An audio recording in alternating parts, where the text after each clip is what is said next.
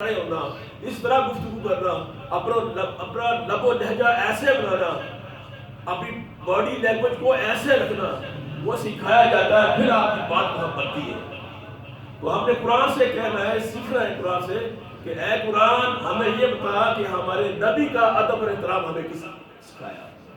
تو جب آپ قرآن پڑھیں گے تو آپ کو پتہ چلے گا کہ بڑا اللہ ہے، بڑا تو اللہ ہی ہے، مگر وہ بڑا ہو کر بھی ادب مصطفیٰ خود سکھا رہا ہے۔ یہاں تو چھوٹا بڑے کا ادب سکھائے گا، لیکن رب ذوالجلال بڑا ہو کر بھی، بڑے ہو کر بھی، خالق اور مالک ہو کر بھی اپنے مصطفیٰ کا ادب خود سکھائے گا کہ تم نے ایسے کرنا ہے، میرے محبوب کی بارگاہ میں ایسے جانا ہے، اس طرح جانا۔ اب قرآن آپ کو سمجھ یہ اس کا پس منظر کیا اس سورت کا، سورہ حجرات۔ حجرات کہتے ہیں حجرہ، حجرہ کا معنی کمرہ، حجرہ تو عربی میں کہتے ہیں کمرے کی۔ یہ کمروں کی صورت ہے جو ہمیں سکھائی جا رہی ہے۔ تو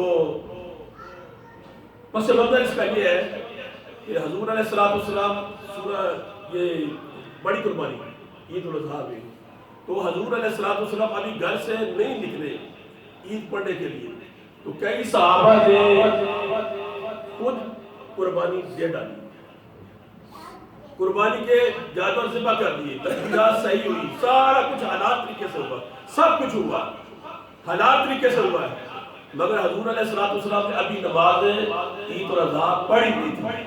تو گویا کہ اللہ تعالیٰ نے یہ قربانی کو قبول نہیں کیا، قربانی کو قبول نہیں کیا، اس پس منظر میں یہ سورت جو ہے یہ نازل ہوئی ہے۔ تو پہلی آیت کے اندر آپ کو پتہ چلنے کا کہ اللہ فرماتا ہے یا ایھا الذین آمنوا، اے ایمان والو، لا تقدموا بین یدی اللہ ورسولہ، خبردار اللہ اور اللہ کے رسول سے پہل کرو۔ اللہ اور اللہ کے رسول سے پہل، اللہ سے ہم نے کیا پہل کرنی ہے؟ نہ ہم نے اللہ کو دیکھا ہے، نہ اللہ کو محسوس کیا ہے، نہ اللہ کو چھوا ہے، نہ ہم نے اللہ کے کوئی احساس کیا، ہم نے اللہ سے پہل کیا کرنا ہے؟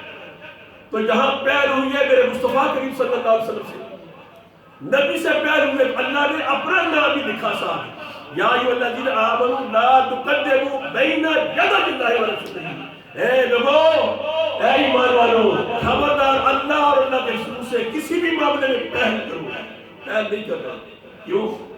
پھر فرمایا واتقوا اللہ، اللہ سے ڈرو۔ کس بات سے ڈرو؟ میرے رسول سے پہل نہ کرو، ڈرو اللہ سے مگر میرے رسول سے پہل نہ کرو۔ ان اللہ سمیع علیم، بے شک اللہ سننے والا بصیرت والا ہے۔